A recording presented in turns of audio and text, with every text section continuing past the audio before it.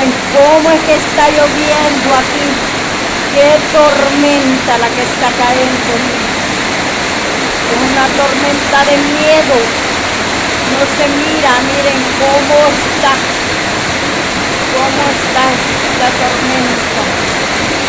Es una bendición de Dios, pero se me está metiendo el agua a mi casa.